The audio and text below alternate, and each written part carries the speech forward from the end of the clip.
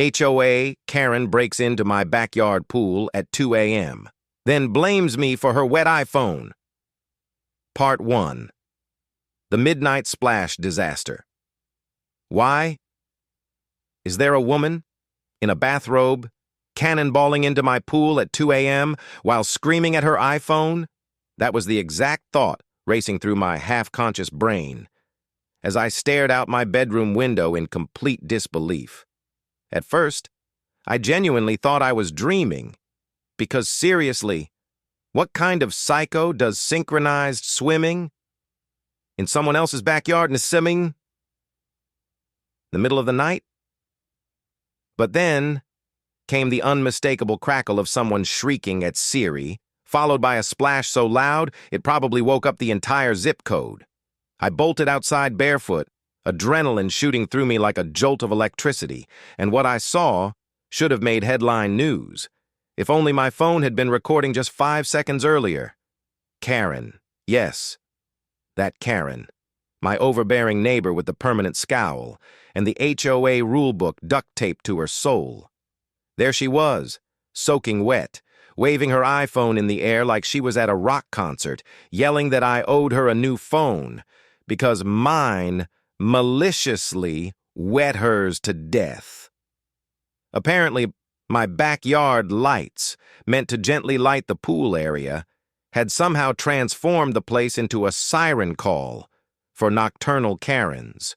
She stumbled out of the water, dripping like a confused cat, shouting nonsense about property law and atmospheric invitations.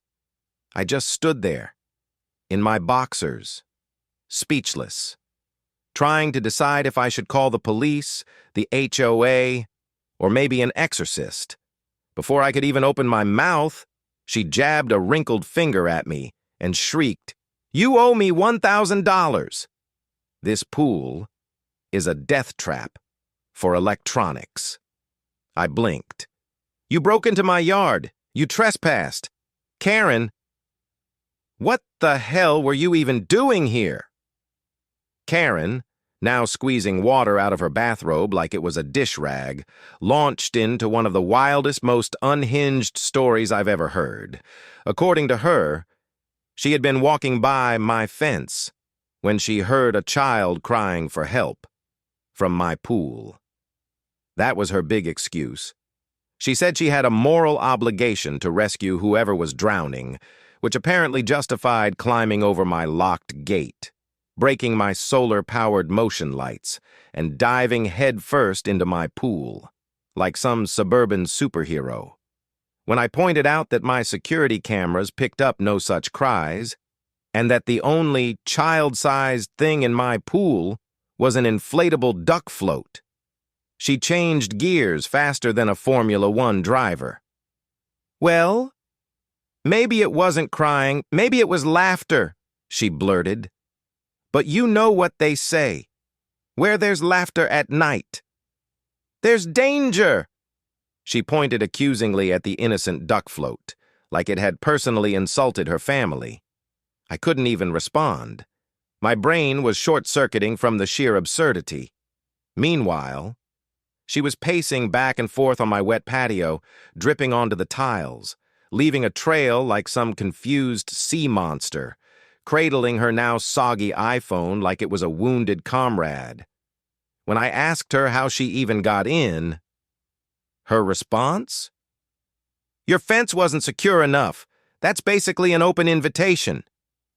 I stared at the 3 separate locks she had clearly snapped, and she had the audacity to follow it up with, "Honestly, it's your fault for not Karen-proofing your backyard." It got even worse. She started inspecting the pool water, scooping it up in her hands, sniffing it like some deranged health inspector. "There's too much chlorine," she declared. "That's probably what killed my phone. You overchlorinated to keep people out. That's like pool manslaughter." I was too stunned to argue. Pool manslaughter?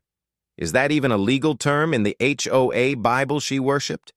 She kept yelling about pressing charges, emotional damages, and toxic aquatic environments.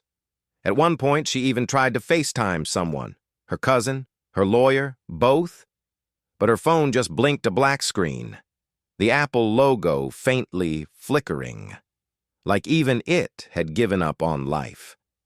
She cradled it dramatically, whispering, "You were too young, so many memories, lost in the water." I finally told her she needed to leave.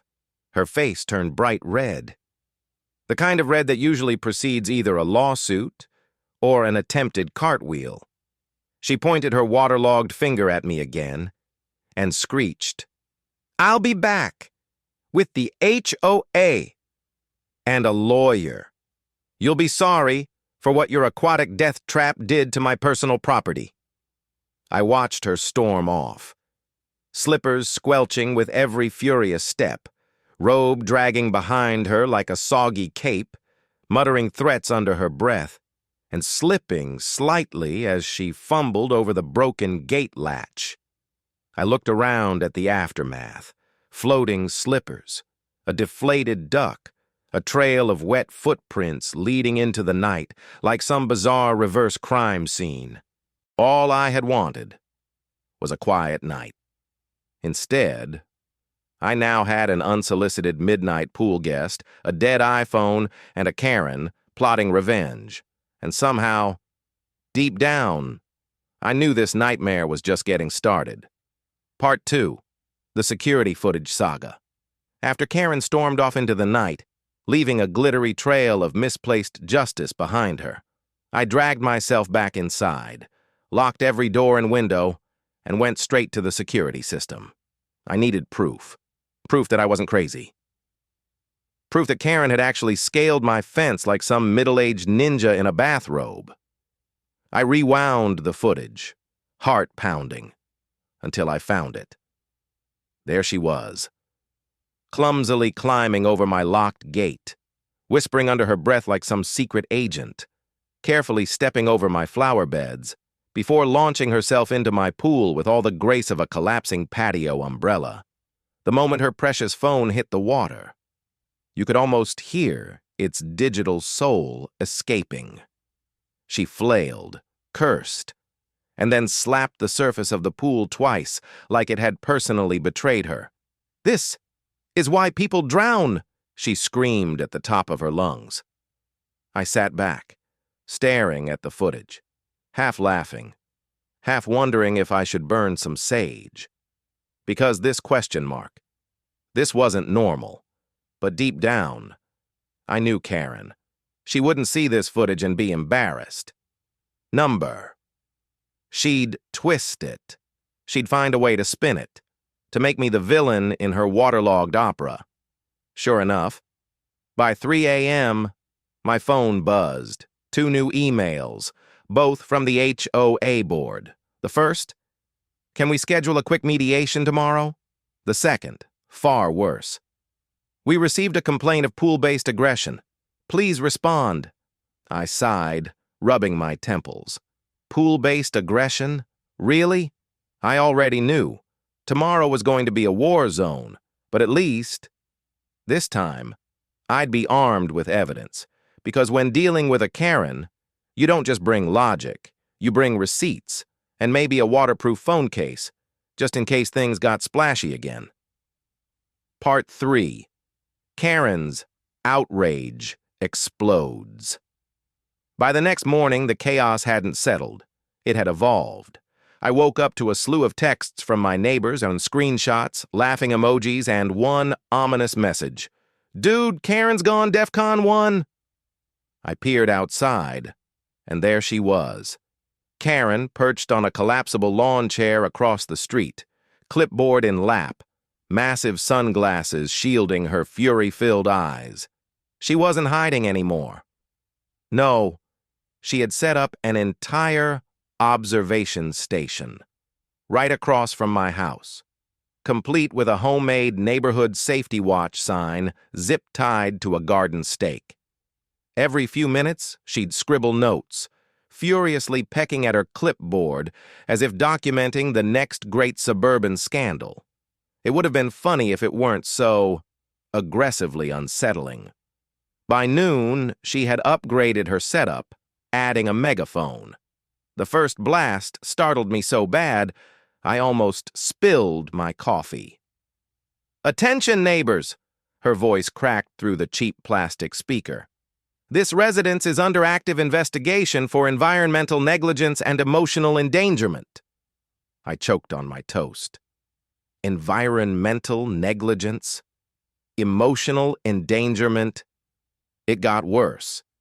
She started narrating everything I did, as if hosting a bizarre nature documentary.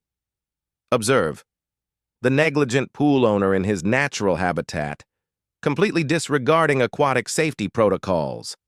I waved sarcastically. She responded by writing something down, probably hostile gesturing, additional evidence. Neighbors started trickling by, some pretending to walk dogs, others checking their mail for the third time that morning, all trying to hide their laughter. Jake from 2 doors down rode by on his bike, shouting, "Hey, is this live streamed? I want to subscribe." Karen screeched something into her megaphone about serious legal matters and emergency HOA action. It was like watching someone try to put out a fire by throwing gasoline on it. But deep down, I knew this was just the beginning. Karen wasn't content with just screaming into the void. No, she was planning something bigger. Something even crazier than her midnight aquatic rescue story. And if I knew Karen, the real storm was still brewing. Part 4. The pool war escalates. 2 days after the party, just when I thought the madness had finally cooled off, there she was, Karen, back at it. But this time, oh, she was prepared. No bathrobe, no wet iPhone, no late-night belly flops. This time, she showed up in full armor. A neon orange safety vest, clipboard clutched tight to her chest, and a GoPro strapped to her forehead like she was about to lead a SWAT team. I watched from my living room window, coffee in hand, as she marched down the sidewalk toward my fence, surrounded by 2 equally confused-looking assistants, teenagers she must have bribed with promises of community service hours or leftover casseroles. They had "official investigation" printed across their plain white T-shirts in what looked suspiciously like Sharpie. I sighed, deeply, because somehow I just knew. This was about to make the Facebook group.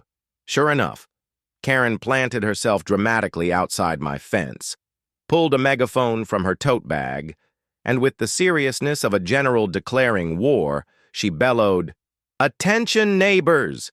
This is a formal investigation into unauthorized recreational activities, potential environmental violations, and aquatic negligence."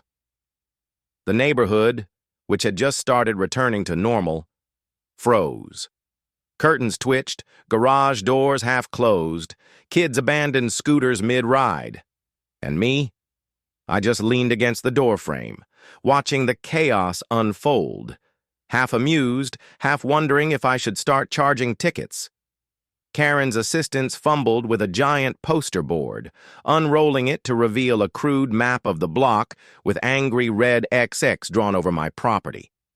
One of them held it up, as Karen paced back and forth, listing my infractions. Noise pollution through unauthorized parties. Excessive aquatic lighting causing nocturnal disruption. Failure to properly chlorinate resulting in emotional distress.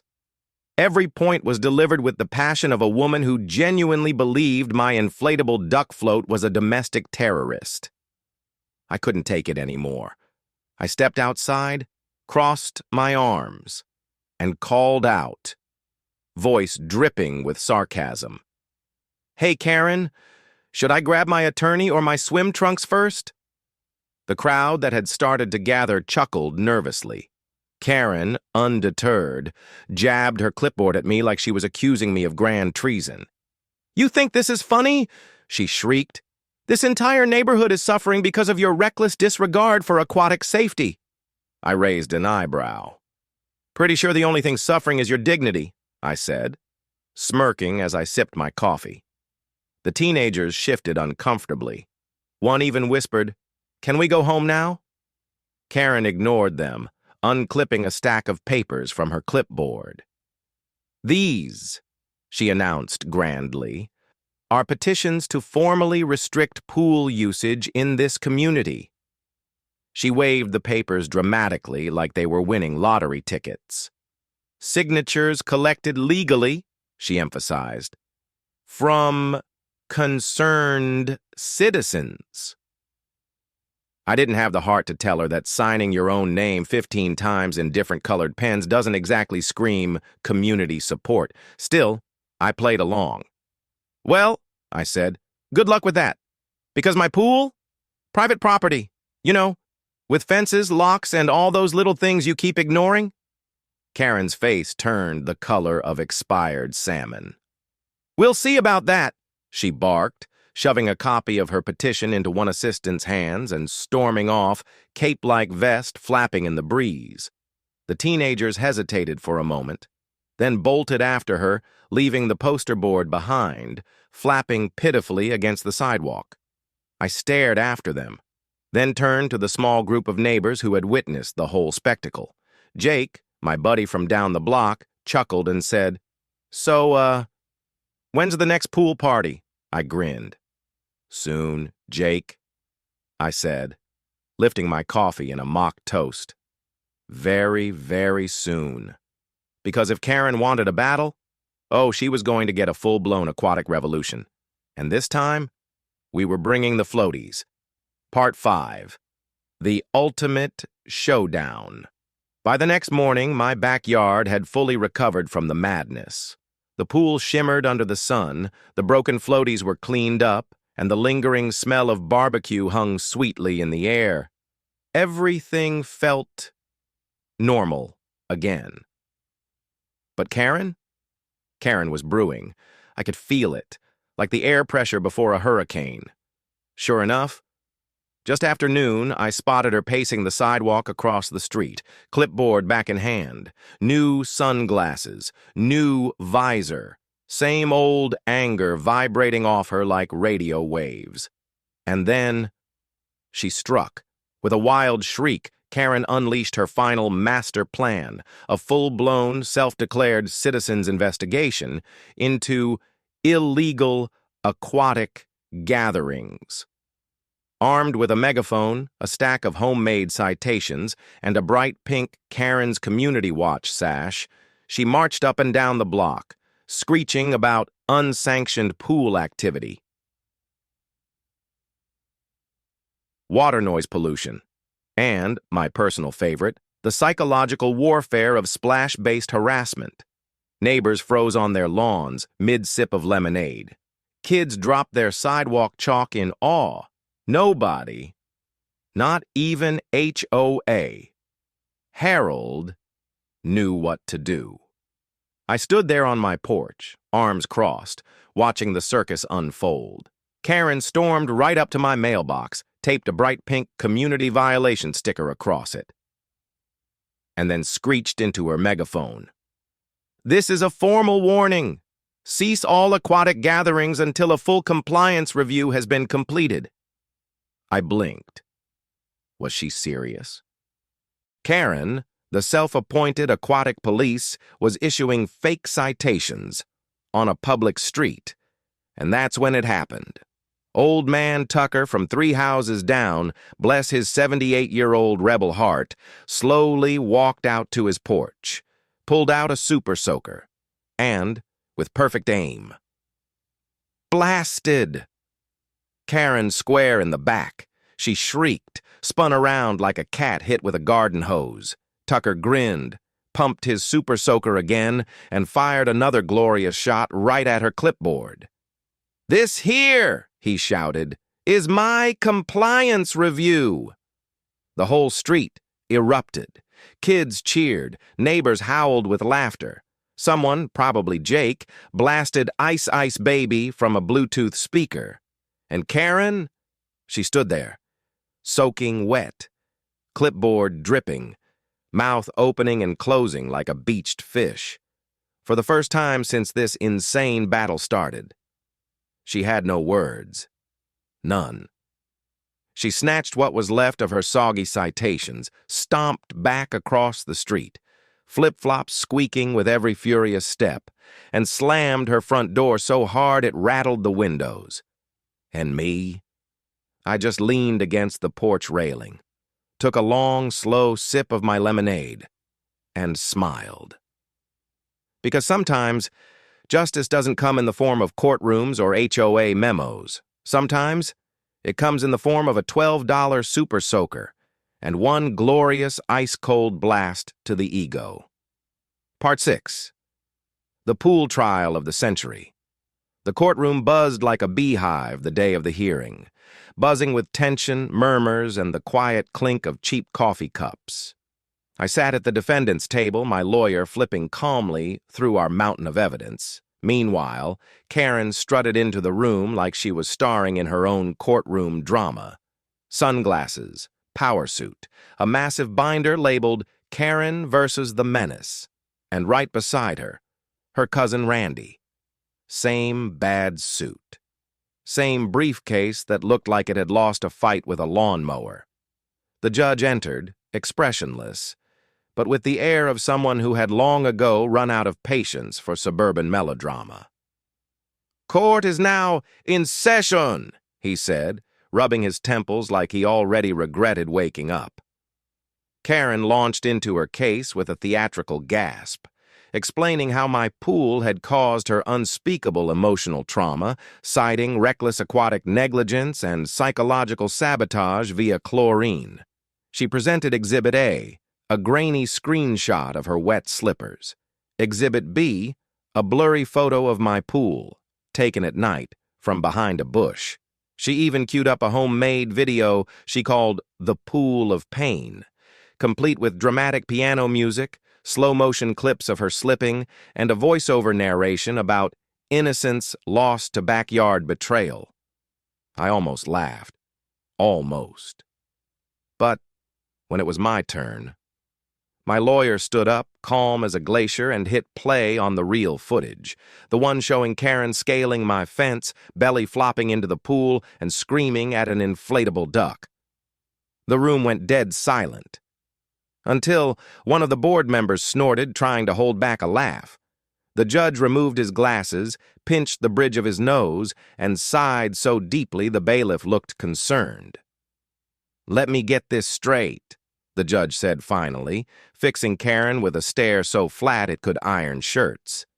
"You broke into his private property, fell into his pool, and now you want him to pay you?" Karen opened her mouth to object, but no sound came out.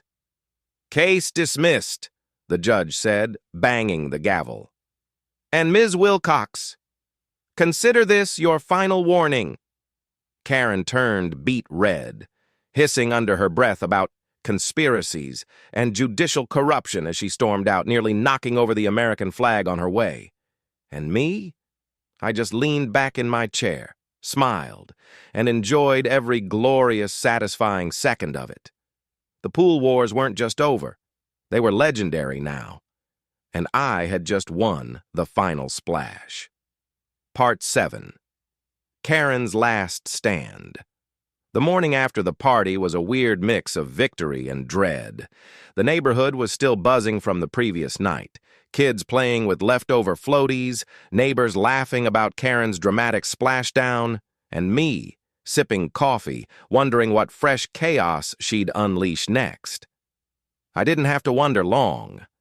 At exactly 9:13 a.m., a knock echoed on my front door, loud, fast, furious. I opened it, and there she was, Karen.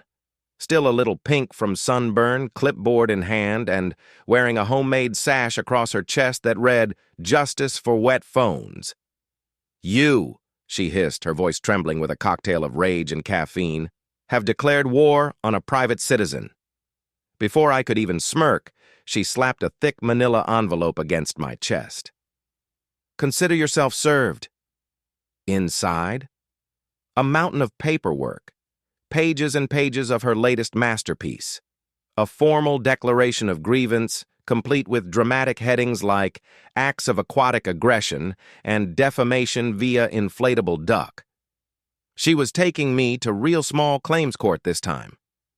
Her demands: $5,000 for emotional and technological damages, a public apology to be delivered via town hall megaphone, a written promise to chlorinate at non-lethal levels.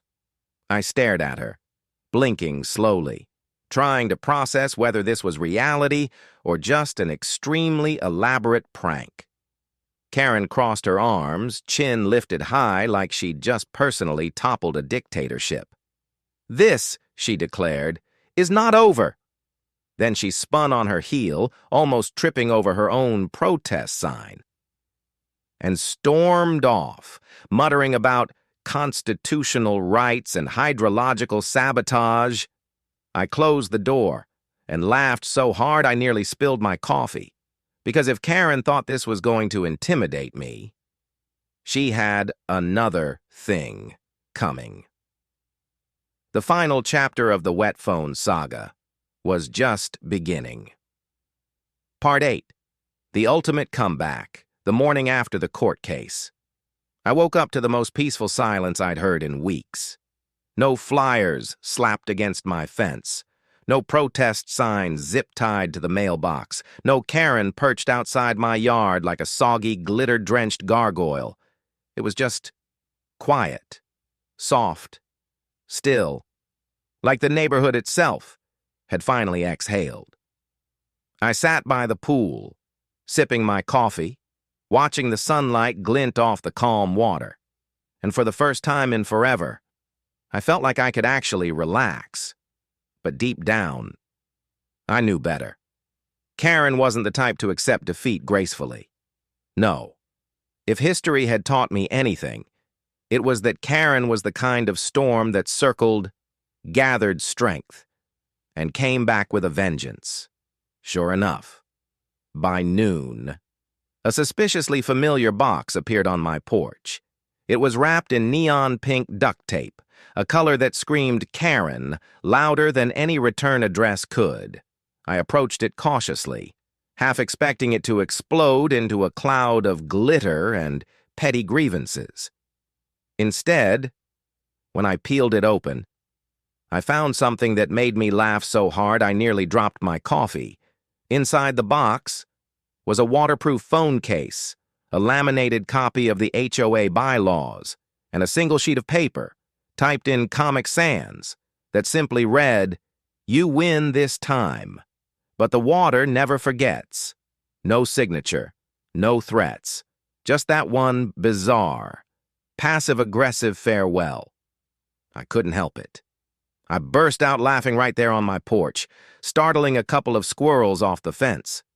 Because somehow, against all odds, this felt like the closest thing to a truce I was ever going to get. Later that evening, as the sun dipped low and the cicadas hummed in the trees, the neighborhood gathered again. No protests, no megaphones, just lawn chairs, barbecues, and kids splashing in the pool, like none of the chaos had ever happened. And Karen? She stayed inside, curtains drawn, lights off, watching? Maybe. Seething? Probably. Plotting? Definitely. But for now, for tonight, the pool was ours. The laughter, the music, the ridiculous floating flamingo wearing sunglasses, all of it, untouched by clipboards, unspoiled by lawsuits, and completely, utterly free. And as I leaned back, drink in hand, watching the stars blink to life above my backyard, I smiled. Because some battles aren't won with shouting. They're won with patience, with humor, with just enough stubbornness to outlast the storm. And if Karen ever decided to try again, well, I still had the waterproof cameras, the floaties, and a neighborhood full of allies, ready to splash back, anytime, anywhere. Part 9. Legends are born in backyard pools. The weeks after the pool trial felt like living inside a dream. No late-night screaming matches, no HOA emergency summons, no neon protest signs zip-tied to every lamppost. Just peace. The kids took back the sidewalks with their scooters and sidewalk chalk. Neighbors actually smiled at each other again, laughing, trading barbecue recipes, offering lawn tools without needing a 12-page waiver. And my pool, it became a legend, not just because of the glitter, not just because of the ice, but because of what it stood for. It stood for stubbornness, for boundary lines, for the right to enjoy a lazy Sunday without being sued by a woman in a bathrobe. Someone, no one admitted who, painted a little wooden sign and stuck it by the pool gate. It said, "Freedom floats here." And every time I saw it, I couldn't help but smile. Even Karen, somehow, became part of the lore.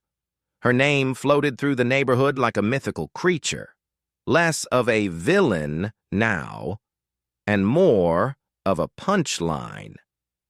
"Careful," Jake would tease his son when he ran near the pool, "or the chlorine police will get you."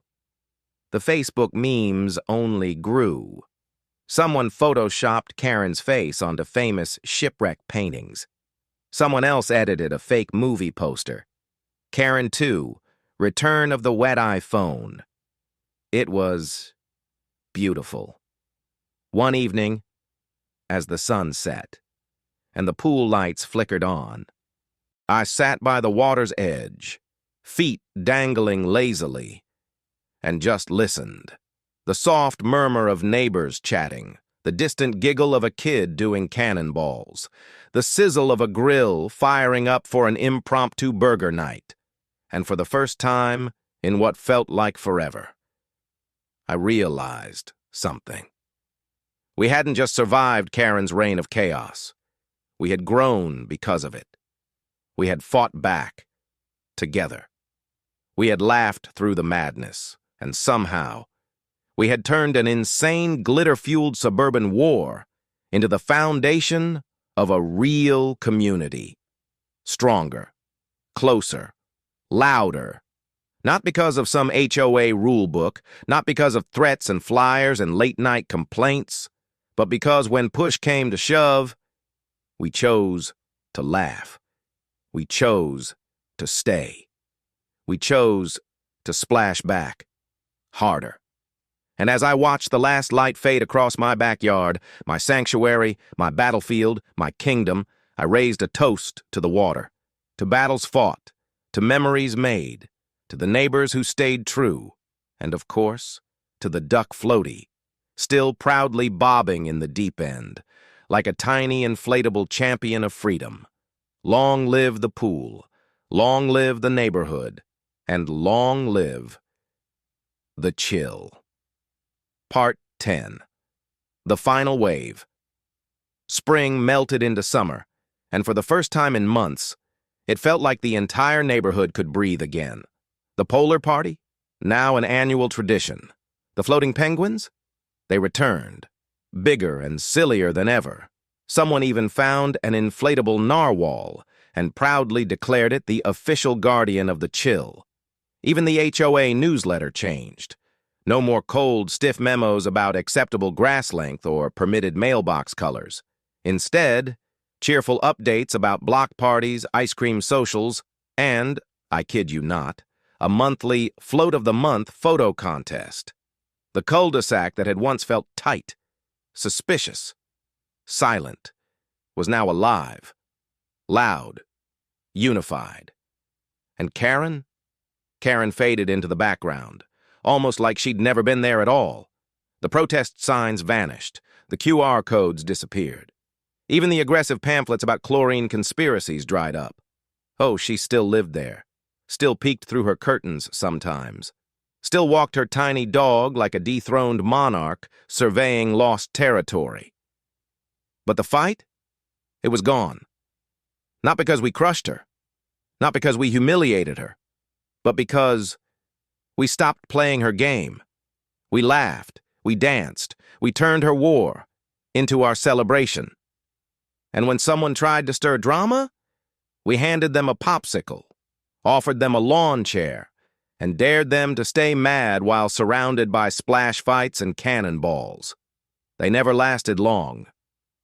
One evening, a few months after the Great Meltdown, I found something surprising in my mailbox. No angry letter, no fake lawsuit, just a small card, plain, unmarked, handwritten inside in the tiniest script. I guess your pool wasn't cursed after all.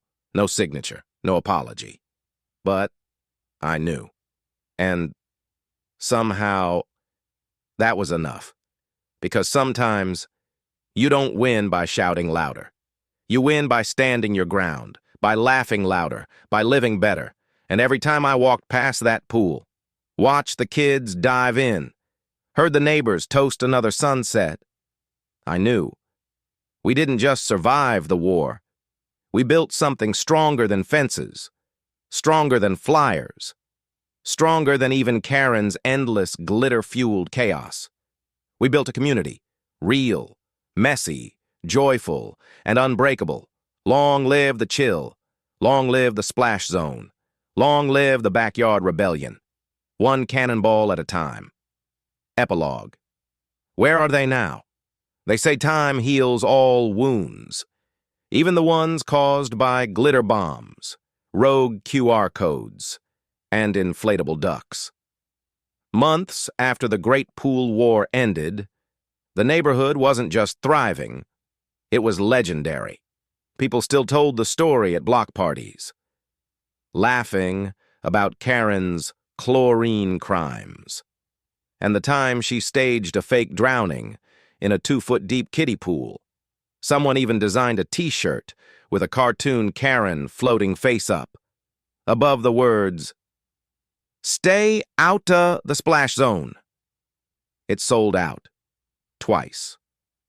As for Karen herself, well, she stayed quiet. For a while. The HOA officially banned her from all committees. No more self-appointed noise inspector. No more surprise clipboard inspections. She still lived there, but she walked with her head down now, avoiding eye contact like the sidewalk might open up and swallow her whole. Her cousin Randy, the lawyer with the Comic Sans cease and desist letters, gone. Rumor had it he moved 3 towns over, after losing a high-profile case involving a bird bath. You can't make this stuff up.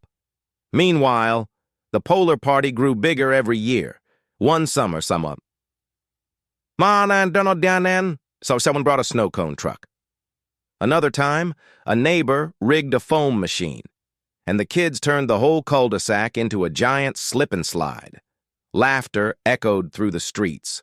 Music floated over the rooftops. And Karen? She sat inside, blinds drawn, watching it all happen without her. It wasn't revenge. It wasn't punishment. It was just freedom. The freedom to enjoy your backyard, your pool, your life, without fear of clipboards, lawsuits, or glitter-fueled vendettas. And me? I still keep the waterproof phone case Karen left behind, hanging proudly on my patio. A little reminder that sometimes the battles you never wanted lead to victories sweeter than you ever imagined. Long live the chill. Long live the cannonball kings and queens. And most of all, long live the stubborn, ridiculous, beautiful spirit of the neighborhood that refused to sink.